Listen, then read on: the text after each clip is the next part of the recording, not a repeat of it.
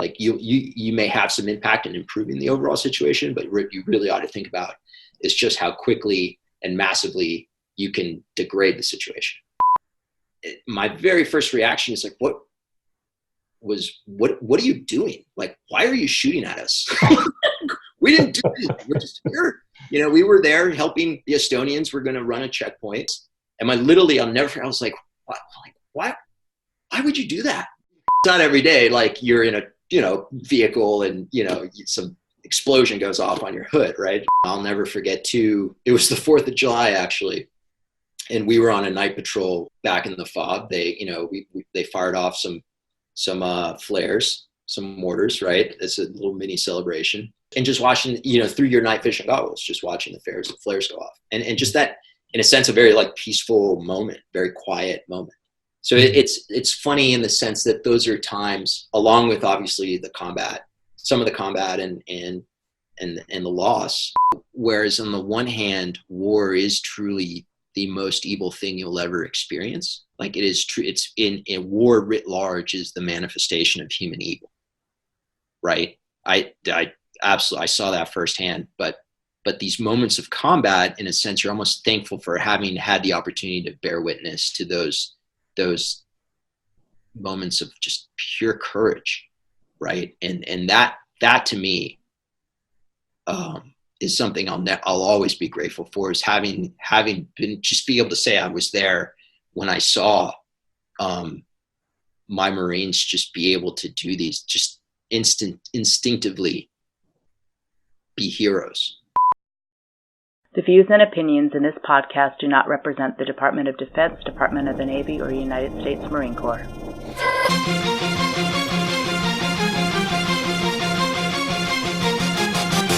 After their deployment in 2008, some called them the Forgotten Battalion. But the Marines and sailors of the United States Marine Corps' 2nd Battalion, 7th Marine Regiment reject the way the Forgotten Battalion moniker encourages that narrative of broken veterans. Instead, these warriors simply want to be remembered for the mission they accomplished and for the honor with which they have served their country and their Corps. The majority of 2-7 veterans continue to reflect on their experiences while living their lives and pressing forward. These are their personal stories of resilience, with insight to healthy coping and living with hope. Welcome to the Warriors Roundtable. Today we talk to former Platoon Commander in Company XO, Arthur Karell. Thank you so much for being here. I know it was a busy day. Just came from some meetings to make time to talk with us, but welcome to Warriors Roundtable. Thank you. No, it's a pleasure and an honor to be here. I know I appreciate your flexibility in scheduling. And I've been looking forward to having the chance to sit down and speak with you. So to start off, tell us a little bit about where you were specifically in the Helmand Province in Afghanistan in 2008 and what you were doing. Certainly. So for the majority of 2008, we were in Now Zad, which is a town in northwestern Helmand. It was, I was an infantry officer in the Marine Corps, obviously, at the time. I was 3rd Platoon Commander in Fox Company, 2nd Battalion, 7th Marines. And as such, our mission was to originally was to support and train the Afghan National Police in this one district of Now Zad. However, there were no actual Afghan National Police there, so it quickly turned into essentially securing that district, and particularly that town. So we start off in Kandahar when we first deployed to Afghanistan, and then with the battalion made our way over to Camp Bastion there, which is the main British base there in Helmand. So, the next province over. And then from there, I took the platoon and went to essentially secure space for a forward operating base that we built there. That was going to be the base of operations for that train and support mission. It was adjacent to a Estonian platoon in a very small little base called Fob Gray that had been in NATO, both the British and Estonian position for a number of years by that time. So we essentially secured a much larger area adjacent to that existing facility. And from there, built the FOB. Another platoon joined us, first platoon from Fox Company, joined our platoon at that position. And there, as a company minus, the two platoons operated for the next 6 months or so from that location. And we secured the urban area of Now Zad, and then continued to push out the security perimeter out to the district with the goal of essentially a kind of self-made goal of helping to repopulate that area and secure it for the civilian population. When you think about, and you're going to tell us a little bit more about what happened specifically during your deployment, but thinking to how you were prepared by the Marine Corps, how did they prepare you for a combat deployment in retrospect, or what did they do that you're able to draw from to be successful as a Marine infantry officer? Sure. Well, I mean, the training was outstanding. I mean, it was unparalleled, really. As an infantry officer, you spend essentially a total of about a year in training, from, OCS being about 3 months, then the basic school, which all officers attend there in Quantico for about 6 months, and then another 3-month program at the infantry officer course. So that absolutely, from a tactical perspective, trains you in really just, having that tactical proficiency necessary to run a rifle platoon 100%. There's no doubt in that. And I think all of us were very confident in our abilities from a tactical perspective. Now, obviously, in applying that in a real world, combat environment, it was even though our training period going into that Afghan deployment was really only about 4 months from the time at least myself and the other new second lieutenants joined the battalion to when we deployed. It was still having that exposure to combat veterans within the battalion, particularly a lot of the Marines who had just returned from Iraq, from a second tour of duty in Iraq that the battalion had just returned from. Obviously, that combat seasoning, was extremely helpful in kind of, level setting, just the expectations, essentially being able to inform our experience going into it and anticipate what kind of issues we'd be dealing with, and the tempo of operations, and what kind of, perhaps more not necessarily strategic considerations we should be thinking about. But there's one story I'll never forget, that the first lieutenants at the time, who had all been on that Iraq deployment, and as second lieutenants, now they were senior lieutenants, company XOs and, weapons platoon leaders, what have you. They were instrumental. I mean, I'll never forget our company XO, Dan Sochi, was able to impart lessons to us as the new rifle platoon commanders, drawn very much from that counterinsurgency experience in Iraq that the battalion had just gone through, that were, they're absolutely formative in preparing for that deployment in Afghanistan. Even though it was, obviously a different country, different situation, both from an insurgency perspective as well as just a, tactical, well, certainly from a regional perspective, and the fact that there were no other Marines there besides 2-7, but also just from a tactical perspective in terms of the kind of combat that was occurring, or that was going to be occurring when we got there. Even though that was all different, the considerations that they were able to impart on us were absolutely valuable, and were ones that I thought about throughout my entire time there. Dan, and so I'll never forget this one,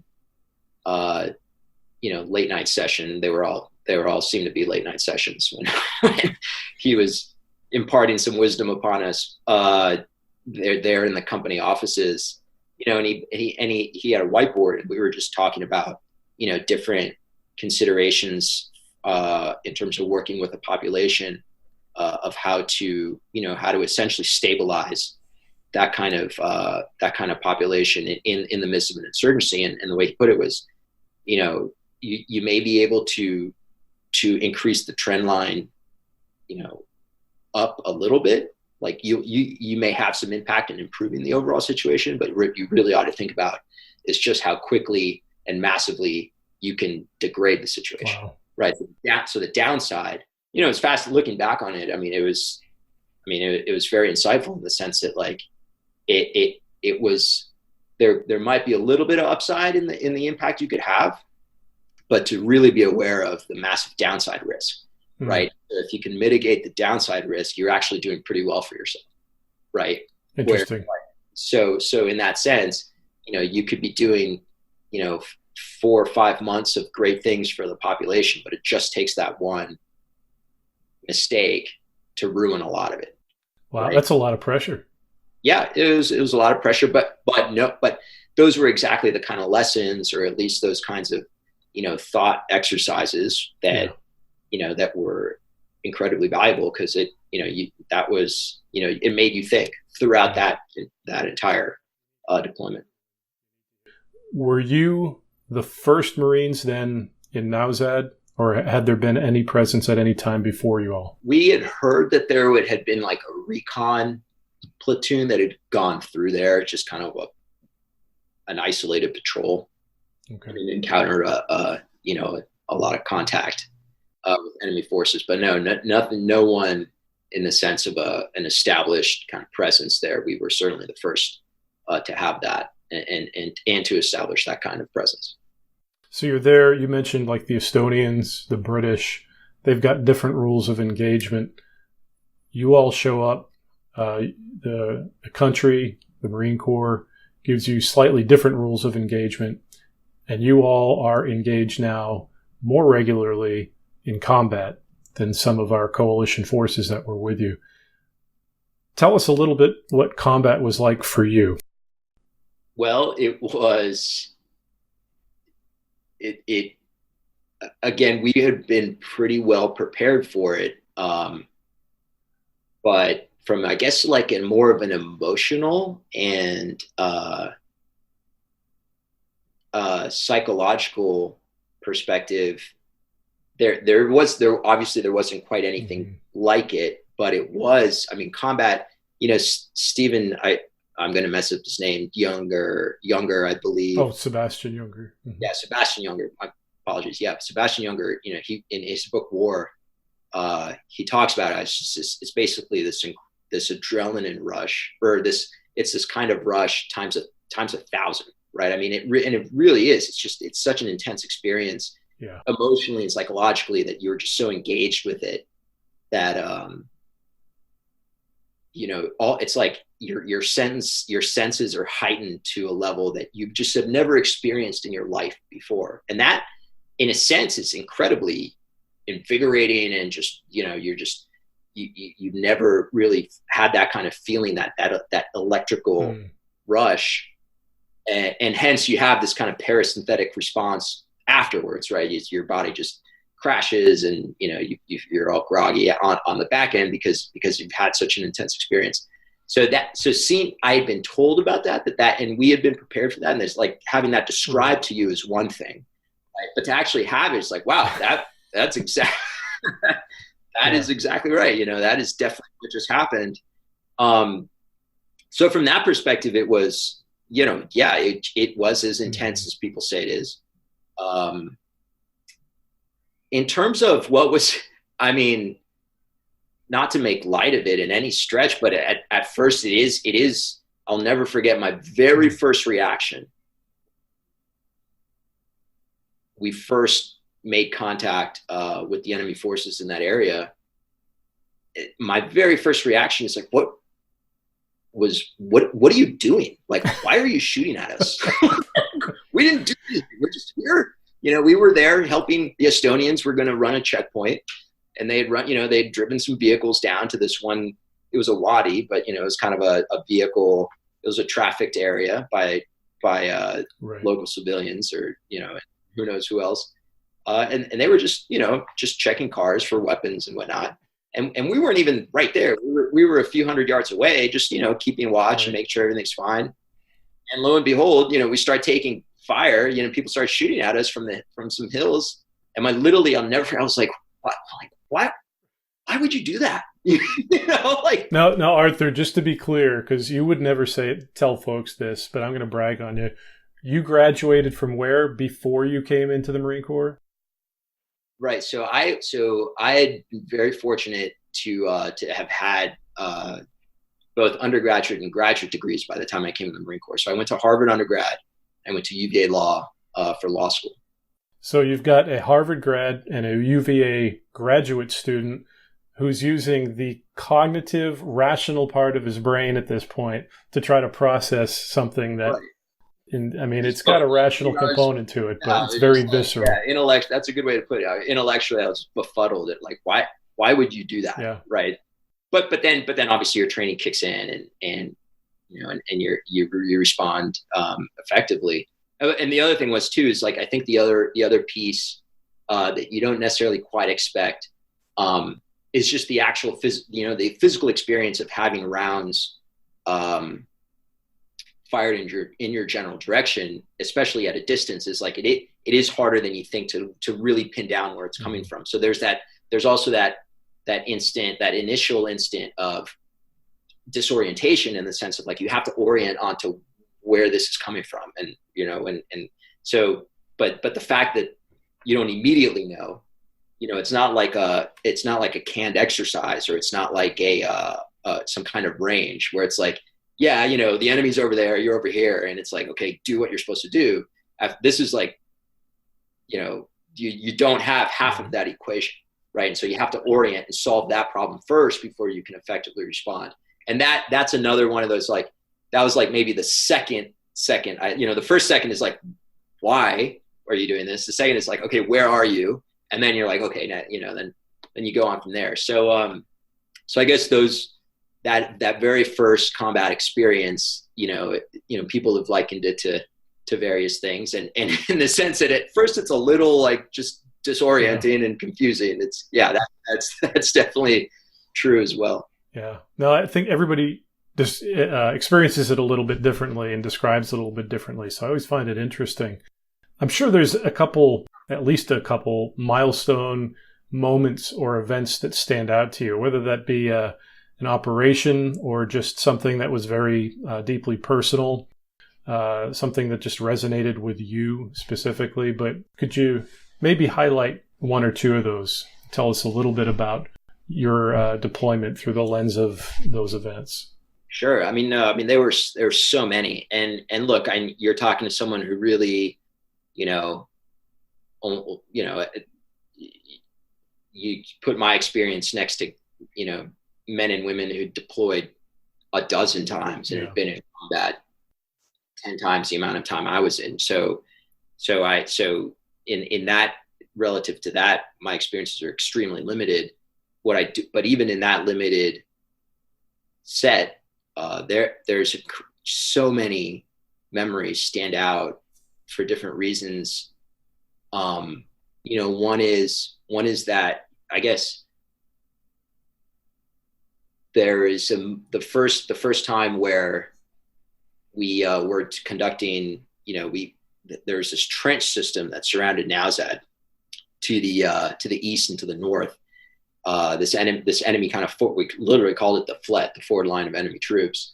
And you could basically head in that direction, and after, within a certain distance, you were guaranteed that there would be some kind of contact. And so once we identified a number of these positions, we conducted this assault to reduce those. And I'll never forget that very first assault we did, and basically walking through areas you knew were heavily IED'd and mined. And because of the speed, and also being, that kind of infantry leader, wanting to be first to show that, particularly in the early phase of the deployment, like that this is stuff that we are going to do and we can do. And you were demonstrating that by example.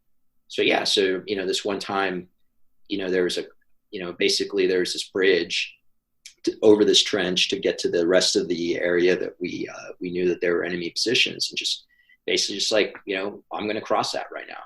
And, have it me and a combat engineer who was doing the mine sweeping thing very, almost perfunctorily, just like, I'm not sure he was at, he could actually hear anything because there was gunfire going on. Right. I'm not sure how effective the mine detector was, or the metal detector rather, but it looked good. Right. but regardless, just me and him, just, crossing that bridge and just doing it because, like, just thinking, okay, you're continually calculating the risks. At least that's one way I reflect back on your mental state during the time. And it's like, you're always, there's just continuous moments of, relative safety, even when there's, heavy amounts of, enemy fire and you're returning fire and what have you.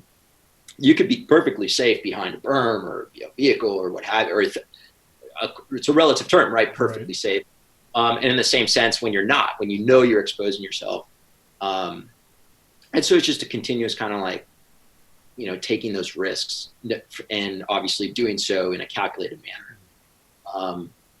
But then there's other times too, where you're faced with completely unexpected, or not completely unexpected risk, but you see how close, things can happen. Certainly, seeing guys get wounded.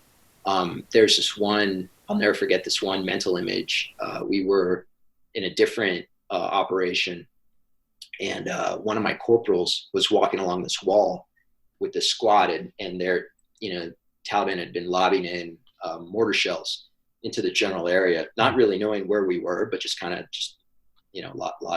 lobbing shells. And this one landed, he was walking along this wall, and this one shell landed, couldn't have been more than 3 feet above his head on the top, like it hit the top of the wall.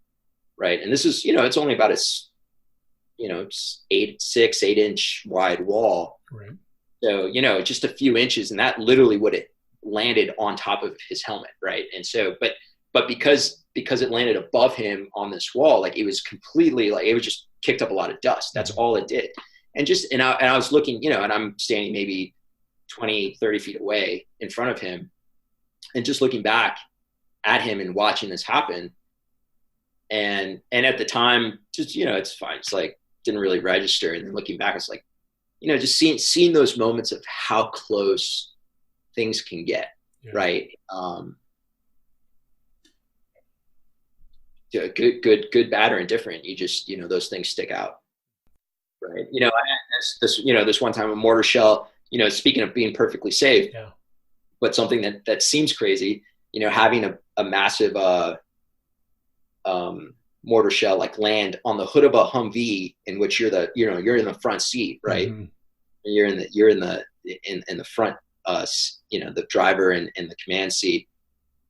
And because it's this up armored Humvee, like absolutely nothing happened, right? Like it's just a 60-inch mortar shell. Okay. But it's not every day. Like you're in a, vehicle and, some explosion goes off on your hood, right? Right. It's like, yeah. It's a little surreal, I'm sure. But it's surreal. It's surreal at the time, but because that, so long as that thing doesn't drop through the top hatch, like it's fine, right? Yeah. So it's just it's always struck me, comparing that to our everyday risk calculation, just in our day-to-day lives now, particularly in your civilian life, if you will.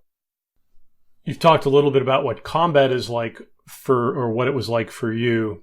Do you find that there's an event, a particular event or a couple events that you keep coming back to? Yeah, certainly. The one engagement where we lost Ivan, Ivan Wilson, was the one Marine from my platoon, 3rd Platoon, mm-hmm. who we lost there in Now Zad. That's a day I come back to often, obviously. We also lost one of our, IED specialists, an engineer there, who's attached to the company. There was also in a different, almost at the tail end of our deployment there, a recon platoon that had come through and wasn't attached to the company, but just was operating in the area. They lost a lieutenant on one of their patrols, and we were right there when that happened. It was, so absolutely come back to those moments in the sense of, what could we have done differently? What, which looking back, I mean, the answer is not a lot if we were in that situation trying to do what we were doing of securing that area. Right.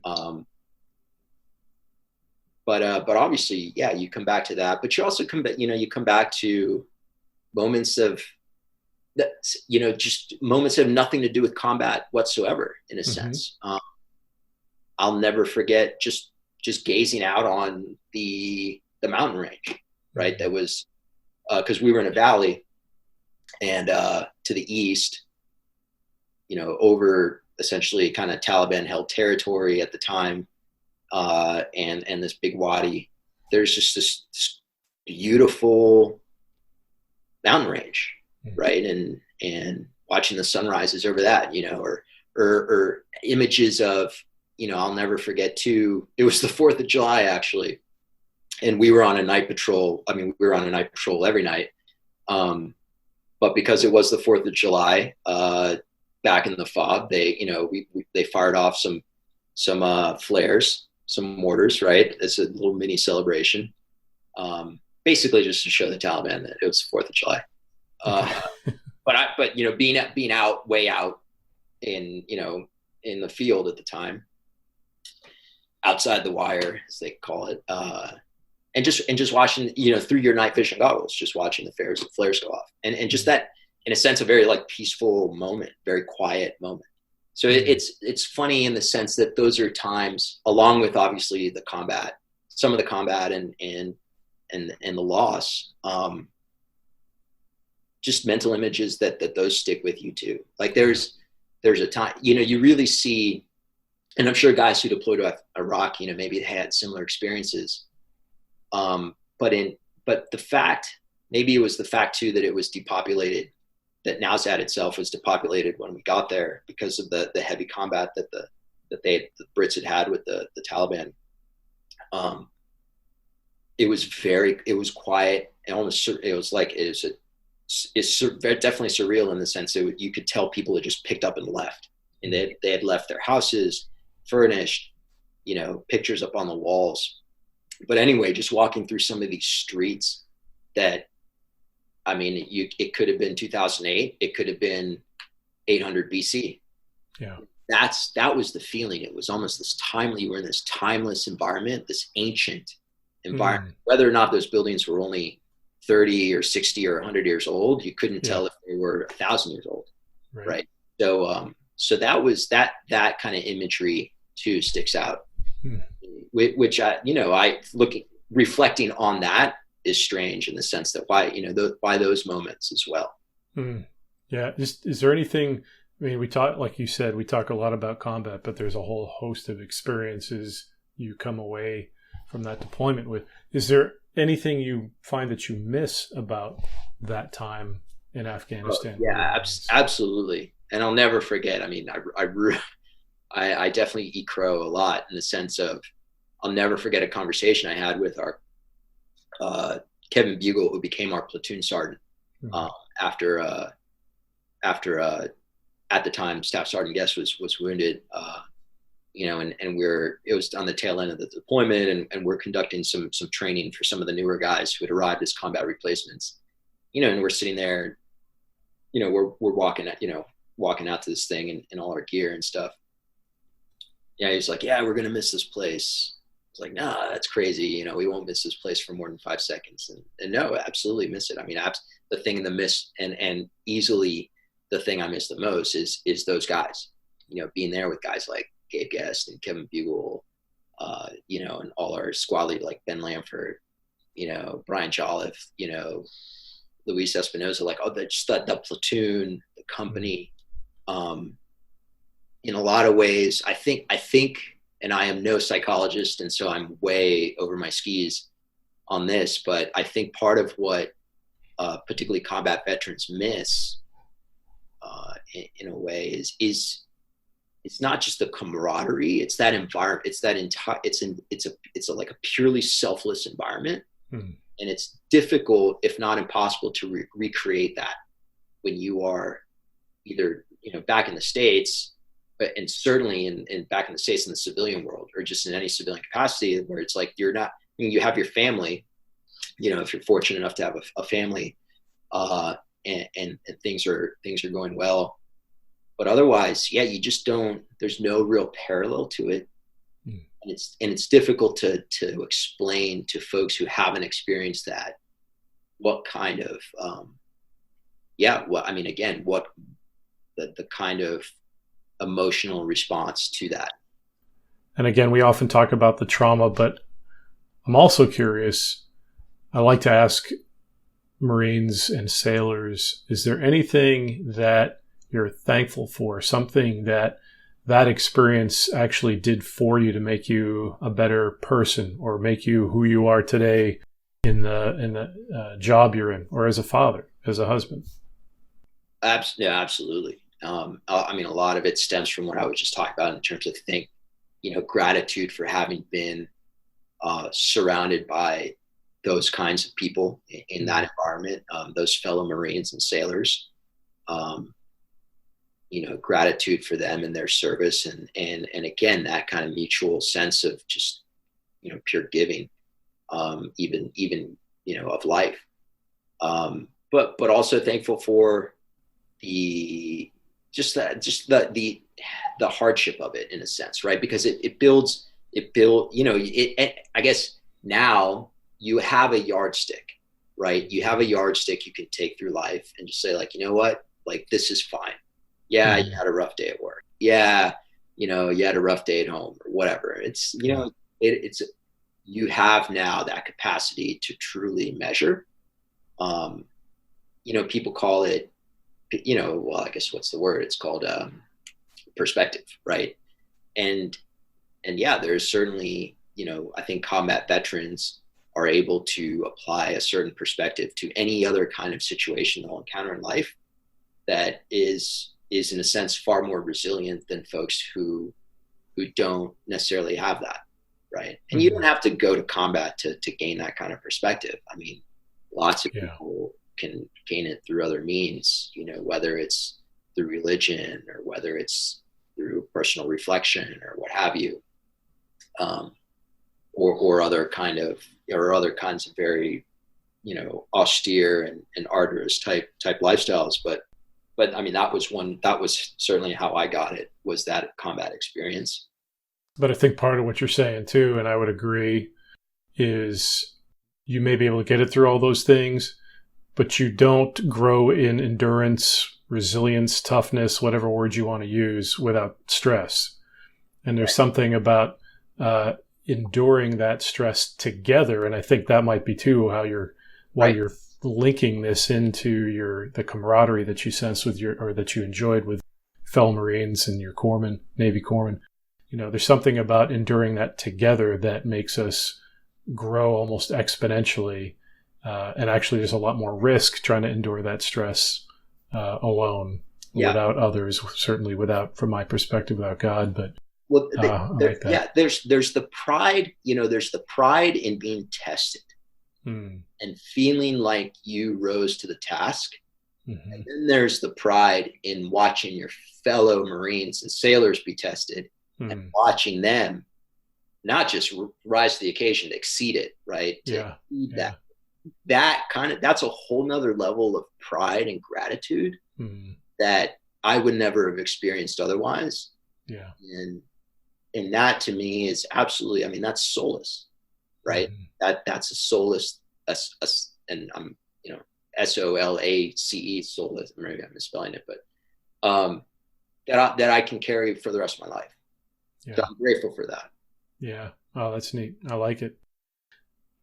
How have you continued to grow then past the Marine Corps, where maybe some of that stimulus isn't there, and maybe the camaraderie, the sense of closeness to a group of people with a common mission and enduring hardship together, that may not be there. So what have you done, Arthur, to kind of continue to grow?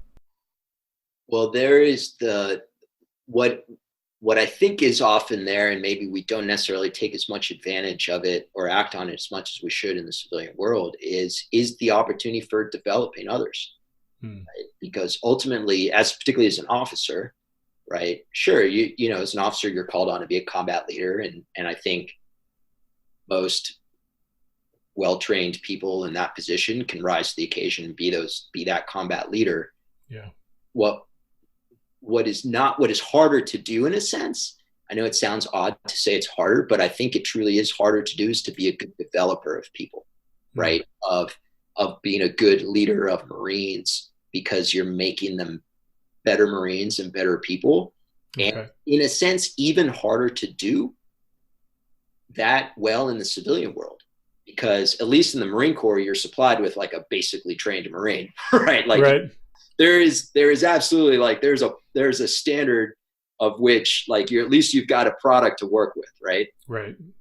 You know, in the civilian world, it could be very different. I mean, there could be people who are just obviously remarkable and incredible, and it's you know, incredible. You know, you're incredibly fortunate to know them. But then there's other folks who you can have that opportunity to develop them into, you know, whatever profession they're in or career, what have you, but also as people.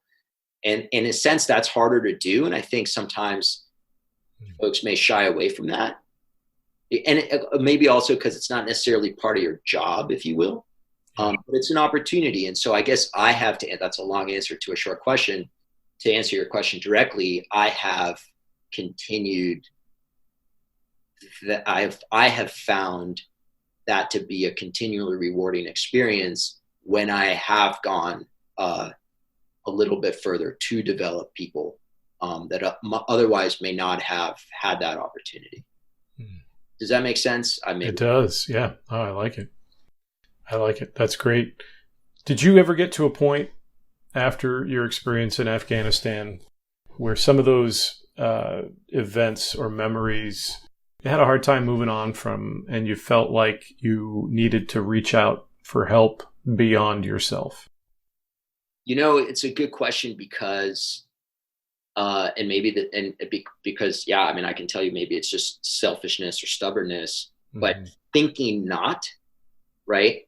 Coming out of that experience, thinking that I didn't need that or didn't, you know, and certainly knowing that there were other people who truly needed that for very good reasons, more so than I did. But what struck me once some time had passed was when I would speak with others who had been there, other guys who'd been there. So fellow officers or fellow Marines who'd been it, whether on that deployment or similar types of deployments, but particularly, you know, guys you'd served with on that particular deployment. And just in the sharing of stories and the sharing of experiences, realizing just how deep seated there were issues that you absolutely should be talking about more and reaching out to people to talk about more. And there's times when certainly, you know, particularly on anniversaries of certain events that I would find myself, you know, reaching out to folks to talk, right? And you know, maybe that becomes more prevalent for me or not, but no, I think, so yeah, again, long answer to a short question, but yes, there were times where I did reach out, but part of, I think, being the fact that I was a little older during that deployment than most other guys, and maybe just I'd been in the professional world for at least a couple of years before doing that in a very different capacity. I think maybe also coming into it with some previous life experience also helped me kind of level set expectations going into it. Bottom line, my expectations were very low in the sense of what we were going to be able to, I mean, it's just in terms of like when we were, you know, no one was fooling, and not just me, right? I mean, these are all smart guys who knew that we weren't going to turn around Afghanistan and the war and have a ticker tape parade. What we were going to do was absolutely make an impact on that area of operations we were assigned. And that's what we did. And, you know, people talk about, oh, you know, the problem with insurgency, there's no victory, there's no end date, you can't ever say that you won or whatever. But it's just a matter of like, the question is on what scale? Right. Of course not. Like, of course no one's expecting to come home, oh yeah, we won the war or whatever. That was never, I don't think, for at least for me and my Marines, and I think part of it was mentally preparing them for this, and they'd also seen this in Iraq, right? Like no one was expecting that. But to be able to say that we absolutely did make a tangible difference from this date to when we got there and this date when we left, and here's evidence, and you could see it. You could see the people seeing, the population realizing it was more safe or more secure. It was a safer place, starting to move back. Like, you saw that. That's what we came and that's what we did. And I think being able to deliver to those, to be able to show those Marines the results of their efforts was I think very was almost like an antidote, perhaps, at least to some extent, almost vaccinated them perhaps from issues or from problems that they might have down the road. And maybe that was just our small group of a platoon or a couple platoons in that one given environment. But so on that note, kind of potentially kind of a hard thing to wrap your mind and your heart around as you pour all that energy, all that blood, literally sweat, into securing that area and making things better. And as you know, not too long ago, the Taliban came back into the area of Now Zad. What do you think about that? How do you process through that? Well, I mean, again, I process it by not having any illusions. Of course it was going to be an extremely difficult, just the issues in that country, like a lot of other countries, be it Iraq or Syria or Venezuela, right? Or Mexico, for that, certain parts of Mexico. I mean, there's some commonality with some of these problems that are generational, right? And these are generational issues. And look, the fact that we came in as Marines into this one area and just completely ran the tables in a good way, if you will. Right. And, we leave, and years later, the other guy, the other side comes in and they do what they're doing. And that's going to ebb and flow. And I think if you take perhaps, if you study history and you take a more historical perspective to this, it's just a matter of what kind of time scale are you thinking about? Yeah. Yeah. No, I think that's a very mature, balanced perspective. Not that it's comparable, but look at Vietnam, and I would argue, and I always have argued, especially since my dad served there, him and his peers, his generation, thinking that was in a lot of ways a failed effort, and certainly from a military perspective, not necessarily successful, although tactically quite successful. But strategically, people call it a failure. But then it's like, okay, well, you look at it right now, and it's actually quite, again, it's just, what's your yardstick? What's your time scale? And I think if you take a big enough perspective on some of these questions, the fact that one side's winning in a given year and another side's winning in another year, what's the general trend? Yeah. And again, I'm no professor of history or, certainly not a psychologist on any of this stuff, but no, I don't lose sleep necessarily at night, because I know that when we were there and when we had that mission and when those Marines poured everything they had into it, like you described, it absolutely made a difference. And I believe that, and the fact that we made a difference then is, no one can take that away from us. Right. And that's what I told, one of the last things I told them on that deployment is like, no one will ever take away. And whether it's the civilians who are there, whether it was, Afghans in Kabul, whether it was people in the United States, whether it's anyone in the world can never take away what you did here. Right. And that's just a fact. Absolutely. No, your Marines did a fantastic job, whether they ran the table or they took it to the enemy and regularly won and made it a better place. They did their job, and they did it very, very well. They should be proud of that.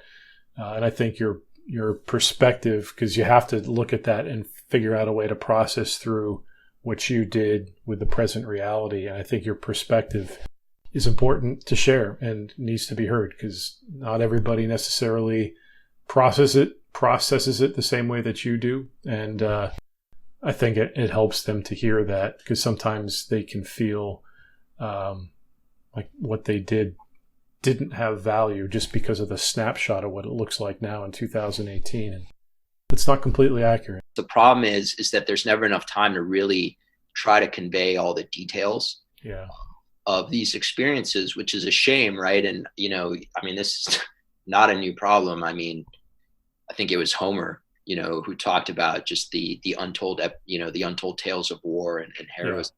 And I mean, if I could, I can describe to you the minute details, of watching Marines in my platoon and the incredible bravery that they did, just like, going into breached walls, not having any idea if they were about to step on an IED or be shot at as they went through, and just going through like it was nothing, or standing up in the face of enemy fire, and returning fire and doing, just doing so. It's just a matter of course, right? And there's something deeply moving and obviously inspirational to me, certainly, about those memories. And you asked earlier, what are you thankful for? And again, it's like, whereas on the one hand, war is truly the most evil thing you'll ever experience. Like, it is true. It's in war writ large is the manifestation of human evil, right? I absolutely, I saw that firsthand, but these moments of combat, in a sense, you're almost thankful for having had the opportunity to bear witness to those moments of just pure courage, right? And that to me, is something I'll always be grateful for, is having been, just be able to say I was there when I saw my Marines just be able to do these, just instinctively be heroes, right? And they'll never claim the title of that or say that that's what they are, what they were doing, but just doing what, doing what they were supposed to do in the face of incredible hardship and danger. And again, doing it like it was just perfectly natural. I wish we all had more of these opportunities, which you're providing. I mean, this, thank you for doing this, because it doesn't happen enough. It literally, like, what if there was a way where we could just tell everybody's story from the whole thing? It would take years, but it would be entirely worthwhile. Yeah. If only there was a way to do that. And I think you're chipping away at that with this podcast and this series, which I think is an incredible service to, certainly to those of us who were there, but I think obviously to, all our fellow Americans. Yeah. Well, let me tell two quick stories if we have the time. No, go for it. One is, I think our biggest tactical victory while we were there, we essentially took out an entire squad of enemy, and it was because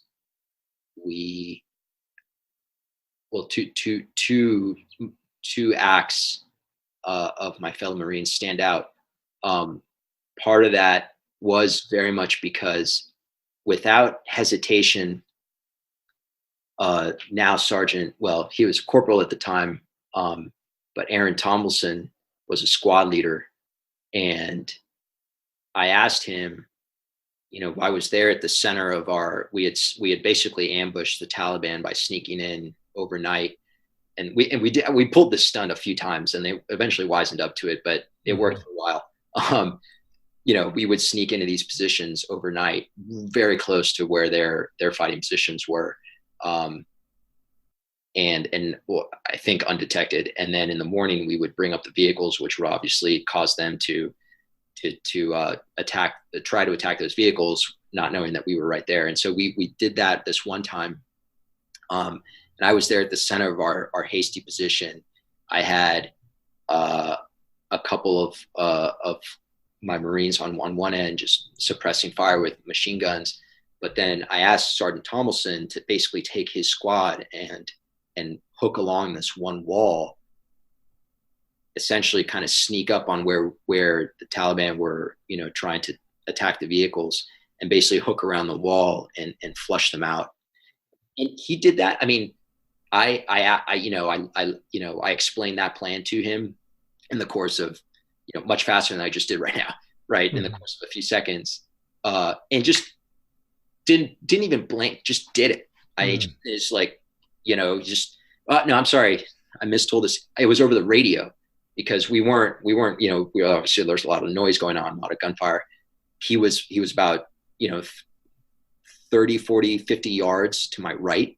And, so I'm radioing that, I'm conveying this over the radio to him, and he's just like, just got it. And I just watch as he just literally just takes his squad and personally leads them around this bend, and into this, and starts flushing them out. And that enemy squad broke and ran across the field right as this British Apache was coming over. So the timing was incredible, but just the way he executed that, still to this day, like, I just, like, blows my mind. I mean, gives, wow, incredible, without hesitation, with 100% effort, just 100% confidence and conviction, just did it, and it worked. So I'll never forget him doing that. And then part in that same engagement,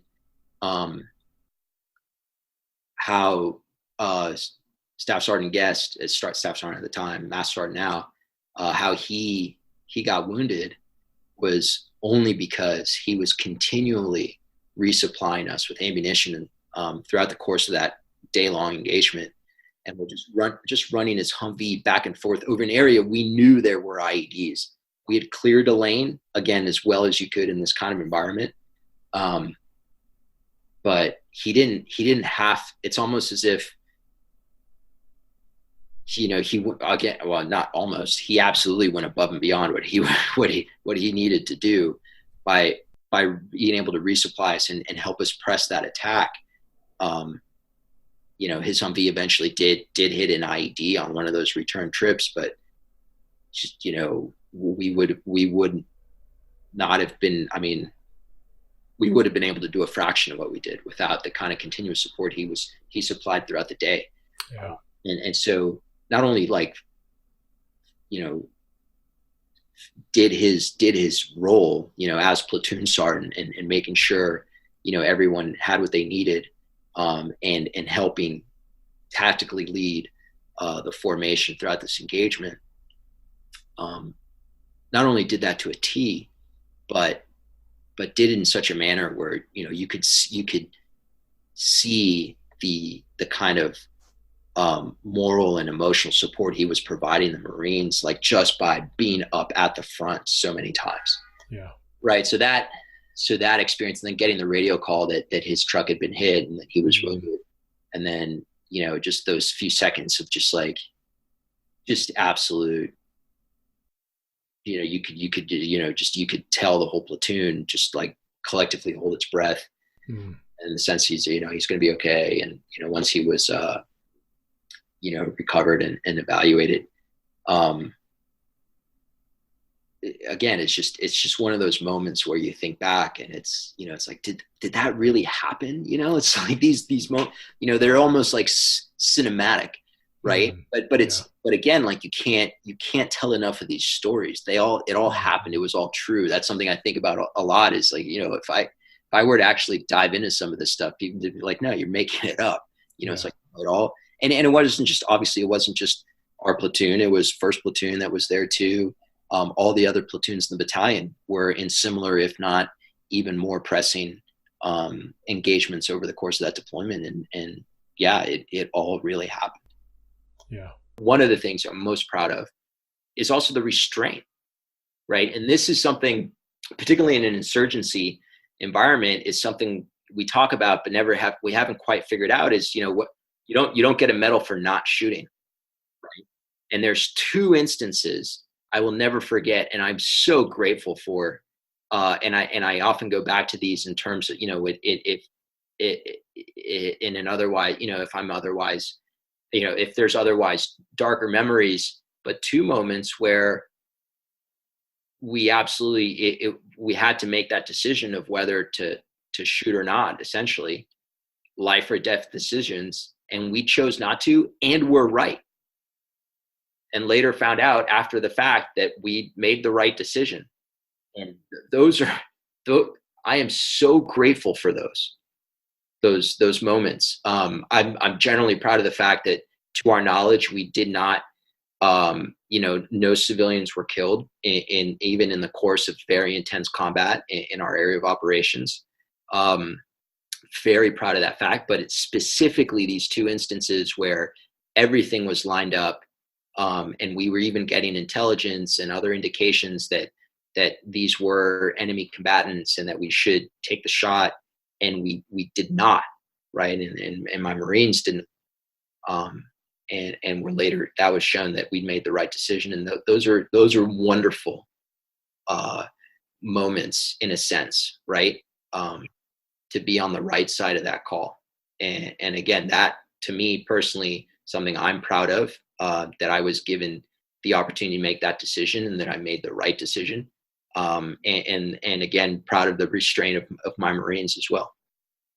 I kid you not, when we occupied our position in Now Zad, we had just driven through this area, right? Like the platoon convoy had gone through near this one compound and this one hill, and no more than 48 hours later, one of our snipers who was surveilling, at night, surveilling the area, just making sure no one was going back to where we had driven past to plant an IED. And sure enough, there was an Afghan, through this sniper's night vision equipment, all he could see was he was right near that road. He was digging something, and he had something in his hand, and he was bending over and couldn't, and it like we could, at that, we were entirely justified given the situation and our rules of engagement to take that shot. And I, no, we said no. And it goes, and like all the credit to that goes to Dan Sochi, right? For that lesson I talked about earlier, in the sense of like, all it takes is one little mistake to have this kind of outsized negative impact, that I decided they're just, not to do that one. And then later in the deployment, being on a patrol way out, further out than we'd ever been to before.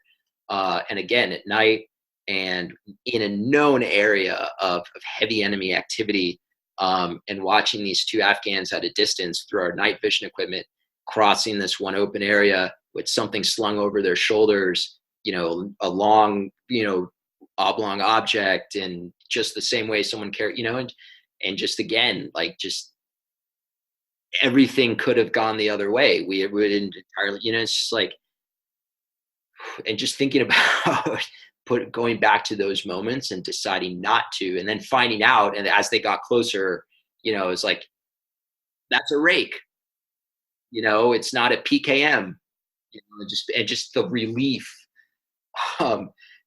Even right now, thinking about it, I'm just like so thankful for that. And then again, all the credit goes to the training and the lessons and the preparation, of knowing to be able to have that kind of restraint. Art, as we kind of wrap up, do you have any particular resources that you would like to share that you found helpful, whether that be some kind of an outreach program, a book, or just a personal discipline that you have? Well, certainly my hat's off to the Semper Fi Fund. They've done a remarkable job of supporting Marine veterans, particularly from that era of deployments. They have sponsored a number of reunions. I believe there's one coming up, and having attended one of those, that was very meaningful. Absolutely worthwhile experience. So definitely commend that to my fellow Marines, to try to make it to those kinds of events. But otherwise, and look, I'm terrible at social media. I should be a lot better. Pretty much the only reason I have a Facebook profile is so other Marines can get in touch with me, even though I failed to log in on a regular basis, but at least they know I'm out there. But just keeping in touch with each other. I certainly still talk to, fellow platoon commanders from that time.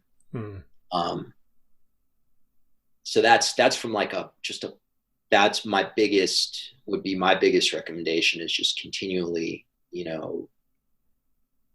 seek the support of others and support others, right? In turn, particularly guys who were there, but even if they weren't there, people are willing to listen. Even if they didn't serve in the Marines or any other branch of the military, people want to be able to talk about this stuff and just don't necessarily know how. So take the first step, be that Marine and just lead with conviction, and take that first step, even though it may seem risky or painful or what have you. It's easy for me to say, but I've tried it and it seems to work. But otherwise, in terms of other resources, I mean, a tremendous amount of, we're part of being in Now Zad. I'll never forget feeling pretty bad actually for the Estonians, right? And really for pretty much every other NATO country there, we would have these mountains of, care packages that fellow citizens would send. And I remember telling my Marines, like, you don't take this for granted. Because first of all, like, it's not always that way in the United States. I mean, again, the Vietnam generation, and their experience and totally different. But also, despite all the, just all the noise you hear in national politics and the divisiveness that you might get or might seem to think that there's out there, you really, you peel the onion back a little bit. And you see in America, you absolutely still have these bonds, these commonalities, and people want to listen and want to be able to share with you. Mm-hmm. Right. So take advantage of that. Yeah. Yeah. I'm sorry. And then it's a tangent, but that was what I was talking about, was those resources, that there's incredible amount of resources out there. I'm no expert, but just knowing just a little bit through like the veteran service off my father-in-law, a Navy veteran from the Vietnam era, veteran service officer for his area. Incredible amount of resources that guys like that can bring to bear. Mm-hmm. I've since joined, organizations like the American Legion and the VFW and in some cases, those are challenging environments because not necessarily catered towards perhaps Iraq or Afghan veterans of this generation, but that's an opportunity, right? See that as an opportunity, go in there and make a difference, right? Those are incredible. That's an incredible resource set up for veterans. And, it's not just sitting at a bar and kind of drinking and telling stories. It's an opportunity to really make an impact in your community. Art, thanks so much for taking the time again to do the interview. It's always good to hear from you. It's great to hear your stories, and I have no doubt that what you shared today is going to have an impact as other people who are trying to overcome their own adversity, whether they be Marines, sailors, or folks who have never maybe served in the military, as you were talking about earlier. As they listen to this, they're going to find a source of encouragement, I think, and a real shot in the arm. So thanks for being here. Well, then thank you again for providing this opportunity.